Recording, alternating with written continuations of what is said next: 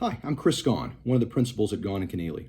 We had a client that emailed our office and asked that we put together a video explaining what to do with logins and passwords to make sure a family has access to those things if there's an emergency. And we thought that'd be a great topic for a video. So here we go.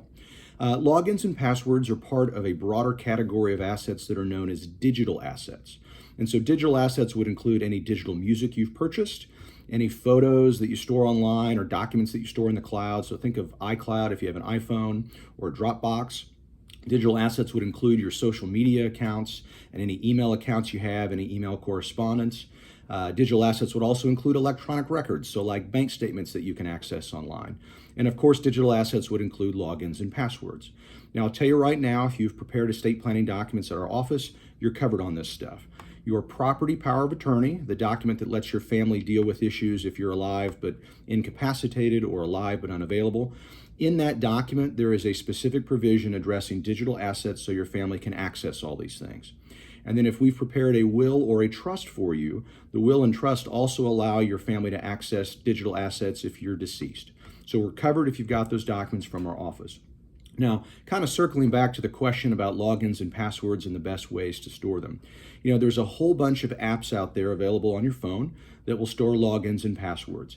I'm kind of agnostic about them. I've looked into them, but I don't personally use them. I have a couple of people I know that use them and have said great things about them. Just so you know what I personally do, I have an Excel file that is encrypted and has a lengthy password on it.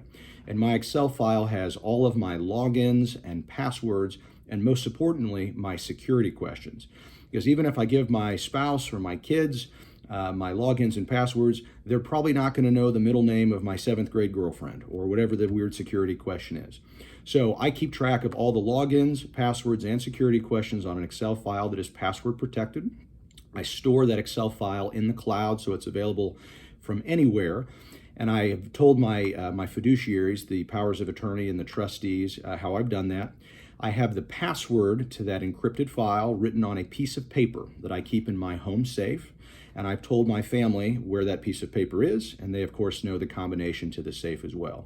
That's not right or wrong, but that's just what I do. I find that to be an easy way to store all my logins and passwords and to make sure I update them as I change them over time.